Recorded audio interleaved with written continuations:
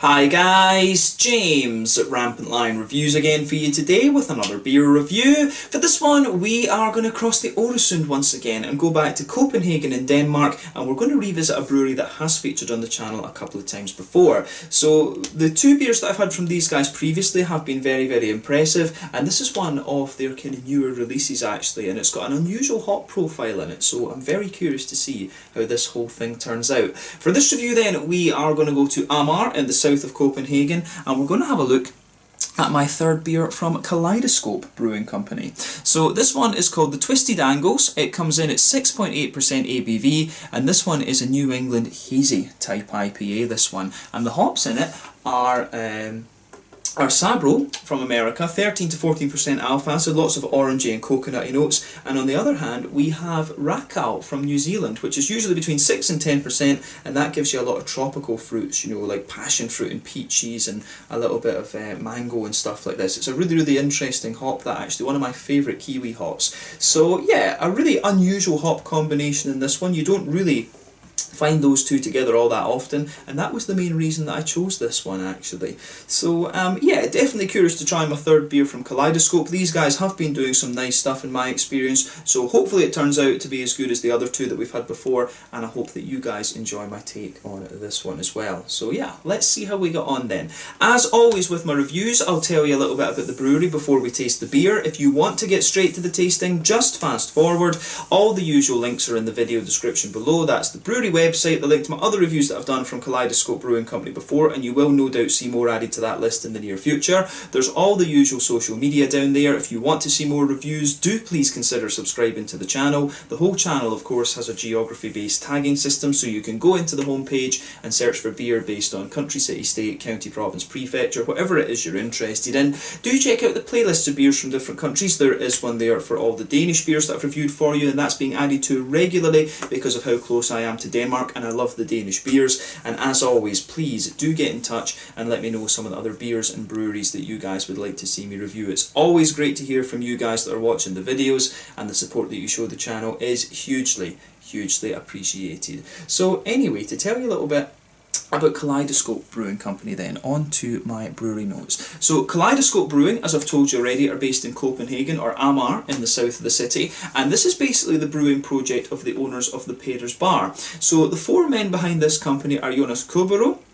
Rasmus Rosquist, Anders Ising and Brian Madsen, and they opened Peders Bar back in December of 2016, which is quite well known as being a good beer destination in central Copenhagen. I do still need to go and check that out actually, but there's so many good beer places in Copenhagen these days. I need to go and do a little bit more out and about filming and visit some of them. But anyway, these guys, as I mentioned to you, the brewery itself can be found in Amager, to the south of the city, and they currently have a 500 litre brew house with 2,000 litre fermentation capacity. So Anders and Brian are the two brewers, and Anders actually studied at the Scandinavian Brewing School, which has given birth to many of Denmark's breweries. But as of December 2020, when I'm filming this review for these guys, they've released around 22 different kinds of beer, and that number will of course increase over time. But the name Caleidoskope comes from the fact that they liked playing with lots of combinations of different ingredients, in the same way they say as a kaleidoscope plays with shapes and colours, and they changed the C and the K around in the word just for a little bit of fun, hence Caleidoskope Brewing Company. So yeah, there's not too much else other than that to tell you about this brewery for the moment. As I said, they are very new. They've only started releasing their beers in 2019 from what I gather. So yeah, I think they were brewing a few and selling them in the bars, but I think it's only very recently, last year or so, that they were releasing these beers in the cans and things like that. So still a very new brewery, and no doubt they will scale up over time, but it is definitely cool to be able to review a few of their beers for you here on the channel. But yeah, that's all I can really tell you about Caleidoskope Brewing Company for the moment. As always, if you want to learn more, you can check out the brewery website in the video description below. I'll try to remember to put the Facebook link or the website for the Peders Bar as well. I do want to go and check that out sometime, but there's all the social media and things down there for them. You can follow them on Facebook and Instagram to keep up to date with all the latest goings on, and then you can check out the Rate Beer, Untappd and Beer Advocate pages to learn more about all of the different beers that these guys have done so far. So yeah, let's get on and actually have a taste of this beer then. Very curious about this one, as I've said. So yeah, as you can see, there is the Caleidoskope Brewing Company symbol on this one. It goes together very nicely. You can see with the little kaleidoscope shape there. I need to get a kaleidoscope actually, I've not had one in many years. But yeah, there you can see the twisted angles there and the little triangles and stuff like this. Pretty damn cool. So the artwork on this one is a little bit different compared to what we've had before on the previous beers from Caleidoskope Brewing Company, but I do think it is pretty nice, this. So yeah, 6.8% ABV this one, a 440ml can. And yeah, it should be pretty nice. Just to tell you about the exact profile of this beer, as I said earlier, it's hot with Racal from New Zealand, 6 to 10% alpha acid, lots of kind of tropical fruits, passion fruits, peaches, stuff like this. Sabro, American hop, orange and coconuts, usually about 13 to 14% alpha acid. The malt base in this one is Golden Promise, malted oats and carapils, and the yeast in this is a London Fog WLP 66. So yeah, without further ado then, let's get this guy out and we will get on with the tasting then. Very curious to see what this beer has in store for us. One thing I would like to ask as well actually, if some of you are watching from Copenhagen, do let me know where in Copenhagen you can buy these beers in the shops, because I bought this one from Glassbanken and it's not often that I make an order from them. So if there is a way for me to pick up some of the Caleidoskope beers quite easily in Copenhagen, or if there is a good place for these, do let me know, because I will try and get a hold of these a little bit more regularly, because they're releasing, they are releasing beers fairly regularly for such a small brewery, which is great. But yeah, as you can see with this one, this one's poured this one's quite pale actually. You can see this beer's poured a lovely kind of pale yellow colour. This one kind of a mix between a mango and a pineapple juice. I always like comparing these New England IPAs to different kind of different kind of fruit juices, because that's really just what they remind me of. You can see when this beer poured, it poured with a half finger of quite a frothy white head. There's one or two big bubbles sticking towards the side of the glass on this one, and I will say that the level of haze out of this for a 6.8% is actually pretty damn impressive actually, so well done to them for that. They've got an impressive level of haze on this beer compared to others of a similar percentage.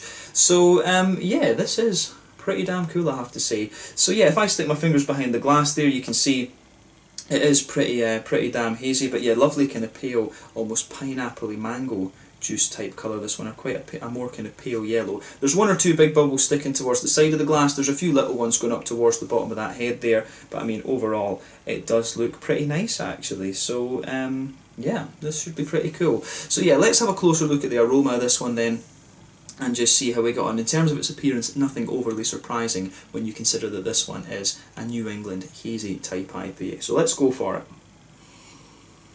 Ooh, now that is pretty nice actually. So straight away with this one, you can smell that nice kind of white bready base to it. I think that'll be the Golden Promise that's going to give you that. Golden Promise gives you a lovely kind of soft white bready note, but also a little bit of a kind of almost biscuity note, so you do get that there. But yeah, the malt backbone of this one really, it comes across as very soft and bready. It's almost a little bit like dusty in some ways. It's almost got a little bit of that kind of dusty, fresh baked bread kind of thing going on with it. So that's quite an interesting point to make about this one. But yeah, quite bready leaning in its malt base, I would say. When you take the aroma in a little bit more deeply, you can start to smell some of the smoothness and the creaminess of the oats coming out of there. So I do really like how that side of the beer goes together. Yeah, the aroma of this one I think is very nice. Lovely kind of creamy oats. The malty side of this beer I think is very nice. If you guys watching the channel for a long time, you'll know that I'm a sucker for a good malt base. And the more that I smell this one, the more you get the creaminess of the oats out of it, and that's really nice. There is a little bit of a kind of butter candy type thing coming out of this one, like I hesitate to say butterscotch. Everyone associates butterscotch with diacetyl in beers, but you do get a little bit of that slightly brown sugary note out of this one, and that's a flavour that's kind of come into the New England IPAs over time. That'll be the carapils that's giving you that. One of the things you can notice with this beer though is if you take the aroma in really quite deeply towards the back of the nose, you do get a little bit of an almost bitiness out of it. Some people with a New England IPA might mistake that for wheat, but it's the Pilsner, Pilsner malt. It's one of the things that is very difficult to describe. It is very difficult to describe as an aroma. It is more along the lines of a a kind of mouthfeel and sort of vibe sort of thing, Pilsner malt. It's very difficult to describe the actual aroma of it, but with this one you can really get the crispness. You can smell the crispness out of the Pilsner malt in this beer, and it almost gives a similar impression to what you would get from the bitiness of the wheat. It's quite popular actually to put a little bit of Pilsner malt in these New England IPAs just to give the beer a little bit of crispness, and I really like that about some of these New Englands actually. I really like the ones that do that. So yeah, you can definitely smell a little bit of the Pilsner malt towards the back of the nose, but otherwise you've got a lovely smooth, soft, white bready character. You've got some nice oaty kind of creaminess to it, and as I say, there is a wee bit of that kind of Werther's Original butter candy type thing in this beer, which goes together. Very, very nice. So it gets a thumbs up from me in that regard. Actually, I think the aroma of the malty side of this beer is quite nice. On the hoppy side of things then, there is a teeny little bit of earthiness in there, but mainly the green components of this beer are quite big and floral and aromatic. It almost comes across as a little bit spicy actually in some ways. So yeah, there is a good little bit of a kind of spicy element to this beer, I think, and I'm not surprised because both of these hops, you know, some of the New Zealand hops can give you a hell of a spice, but I would suspect the spicy notes in this one are mainly coming from the Sabro, because Racal is not too high in its alpha acid, between 6 and 10% normally. But yeah, the thing I've told you with the when it comes to the bitterness with these beers, it's all about when you add the hops into the boil. If you add them on early on, you're going to get more bitterness out of them, but then as you kind of gradually go through the boil, the later and later that you add the hops into the beer, the more you're going to start to lean towards the aroma and flavour profile of these things. So yeah. So yeah, the aroma of this beer comes across very, very nicely actually. Yeah, so the green side of the hops, there is a little bit of grassiness to this one, but overall I would say that the green side of this beer is big and floral and aromatic and just a little touch spicy as well. So bear that in mind when you take this one in. But yeah, on the fruity side of things, I like the fruity side of this beer definitely. So this one has a really interesting combination. So this beer does have a good little bit of zestiness to it. You can smell the lovely juicy, in some ways when you take the aroma in, it comes across as really juicy and fruity and oily and things like that. And I've always found that the New Zealand hops were a little bit oily in terms of their fruitiness, but they've got a whole host of different things going on, and that's one of the great things about New Zealand hops. They are remarkably low alpha acid, a lot of them, but they've got a hell of a fruitiness to them, and you can smell that straight away in this one. So you do get a little bit of that stronger passion fruit in there from the Racal, you get a softer mango, and you do get a wee bit of that very bright peach coming out of this one as well actually. There's a lot of really nice tropical fruits in that, but I always remember Racal being strong in the passion fruit and quite bright on the peachy side of things and just having a wee bit of mango, and that's immediately what I get out of this one. But when you go a little bit further away from it, you can get some other little complexities out of it as well. You start to get, you know, wee bits of like, you know, apricot and things like that out of it too, so you can smell some really interesting tropical notes in this. But yeah, the tropical side of this beer is all about the Racal in my mind. You can smell the slightly more oily, the juicy oily orangey note from the Sabro in there, and you can get that distinctive coconut thing from Sabro as well actually. There's almost a bit of pineapple I think, and sometimes that can come from Sabro as well, but I wouldn't be surprised if both Racal and Sabro are contributing to that. So for me, yeah, a little bit of passion fruit, a bright bit of a kind of, you do get a bit of that kind of bright peachy note out of it. I think there's some apricots and things come out of the beer a little bit later, some pineapple as well. Then you've got that kind of, you do have a little bit of that kind of coconutty, orangey note from the Sabro in there as well. So this is a really interesting beer from many perspectives, I have to say. So I really, really like how this one goes together. So yeah, let's see how we get on and actually taste this one then. So as I always say, take a bit of time and just enjoy the aroma of the beer before you get stuck into it. We're going to taste this one now. This one is the Twisted Angles 6.8% New England Hazy IPA from Caleidoskope Brewing Company in Amager in the south of Copenhagen. Really cool to have these guys on the channel once again. Let's get stuck in. Sláinte, skål.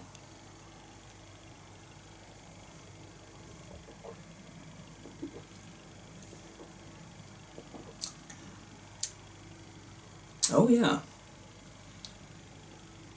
that is really nice actually. The malt base in this one's a wee bit different as well, but again that's a solid beer from Caleidoskope. You know, these guys are going to do very well going forward, I think.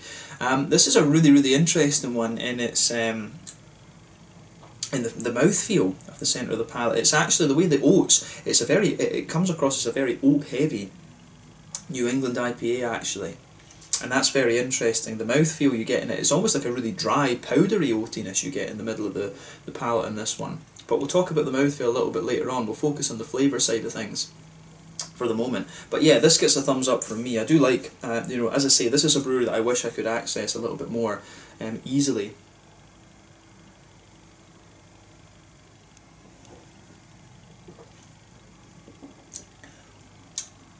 But yeah, that's a very nice beer.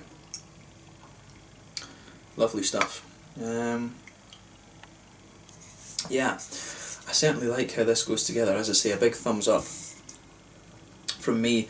So yeah, let's see about this one then. So where to start with this beer?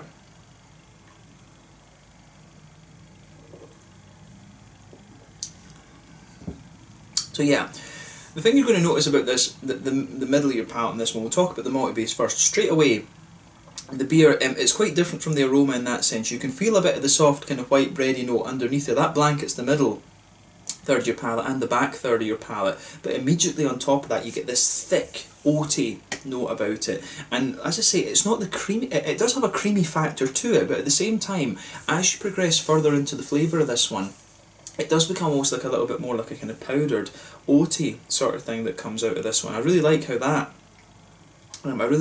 goes together in this beer.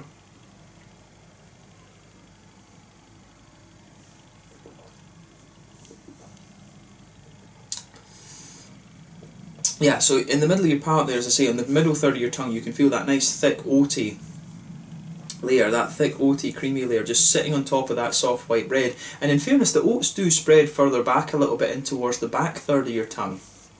And I do like that about this one too. So in the middle of your palate, you do get a wee touch of that kind of butter candy sort of thing that I was talking about. You do get a little bit of that out of this beer, but it's not as prominent as Aroma would have you believe. And that's the thing I would say about this beer. In terms of hoppy profile, which we're going to come on to in a minute, this one comes across in the flavour quite similar to as it does in the Aroma, but the malt base I think really comes across quite differently in the flavour profile than the Aroma profile in my mind. But I certainly like it. I do like this one. This is a very oat heavy New England IPA in my mind. There's nothing wrong with that. It just wasn't what I expected from the Aroma, I have to say. If you go towards the very back of your palate, towards the back third of your palate there, that's, pardon me, where you start to get the kind of Pilsner malt crispness out of this beer, which is also very interesting. So I like how that one goes together, I have to say.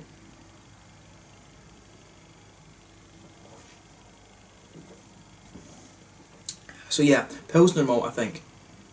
You get a little bit of it on that border between the middle third and the back third of your tongue. There is a wee bit of it in there. And then at the very back of your tongue, you do get a bit more of that kind of Pilsner crispness out of the beer as well. But yeah, I do like how it goes together in this one, I have to say. Yeah, lovely. It really does have a kind of lovely... The malt base really grows on me in this one, I think. I like the big smooth oaty creaminess that you have out of this one, and the Pilsner malt, as I say, just adds a wee bit of crispness to it. I think the thickness of this malt base would almost just be a little bit too much if it didn't have that kind of Cara Pils note to it. And incidentally, the Cara Pils will be the thing that's giving it a little bit of that kind of brown sugary note in the middle of the palate, and probably the Golden Promise will contribute to that slightly as well. But let's move on to the hoppy side of things then. I don't think there's too much more we can say about the malt base. But back corners of the palate then, you've got a little bit...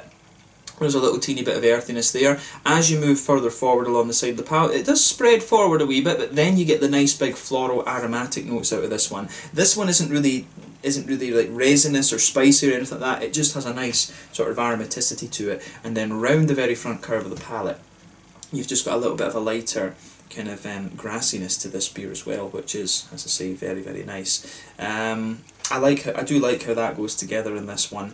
So on the how do we say, on the fruity side of things, I think we've covered the green component of this beer very well. Quite just, you know, quite really just quite aromatic rather than anything else. But as I always say, on that front third of your palate, that's where you get that nice bubble where the juicy fruity esters just roll their way out of the beer. And for me, yeah, this one, it really, you know, if you go to it's actually very soft and tropical in a lot of ways. I really like the softness of the fruits in this. But yeah, if you go towards the back of that front third of your palate, you get the more kind of stronger passion fruity notes from the Racal.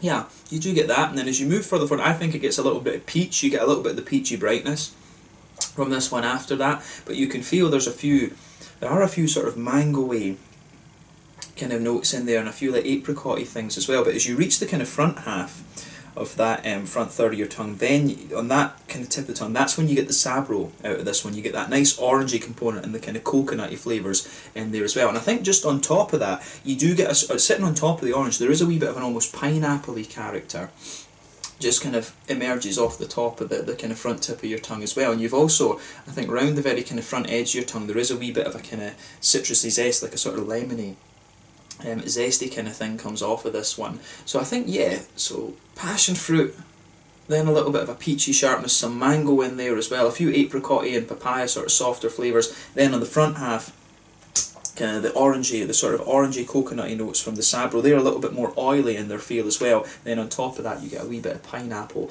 I think that, to be honest, sums up the. I think that sums up the. How do you say that? Sums up the fruity profile of this beer quite well as well, actually. So yeah, I do like how this one goes together in that sense too. So yeah, flavour profile of this one comes across really quite nicely, to be honest with you.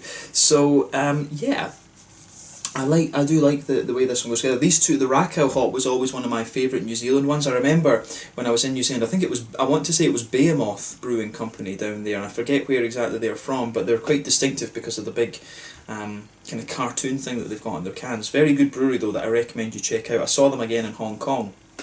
But Behemoth Brewing Company, they had a Racal IPA, and I'm sure it was that I reviewed for you on the channel there. I do want to get back to New Zealand at some point and review a few more of their beers for sure.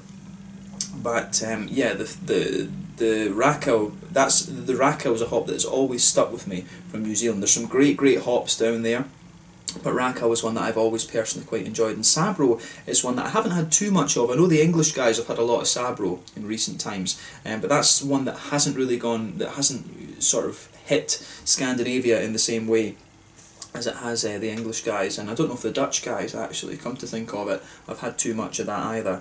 But yeah, that is something that that you should, if you do get the chance to try Sabro or Racal, then I would recommend that you have a look at those. I'd love to see a 100 Racal and a 100 Sabro from OO Brewing in Gothenburg. That would be really cool to really see what these hops do on their own. It's always nice to learn a little bit about the different flavour profiles of hops. But yeah, the combination I think works very well here. So to sum up the flavour profile of this beer, this is quite a thick oaty leaning New England IPA in my mind, and it's really like a kind of, the oatiness gets a little bit dry, I think, the further you go into the aftertaste, so it really feels very thick, this beer, but the fruity characters match it very well, and it's quite aromatic in its green component as well. So yeah, as I say, I think that sums up this beer pretty nicely, actually. So in terms of the mouthfeel then, I would describe this beer as mid-bodied.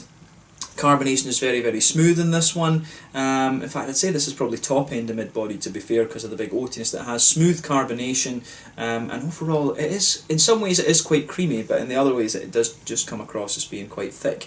But in terms of hoppy bitterness, what are we going to say about this one?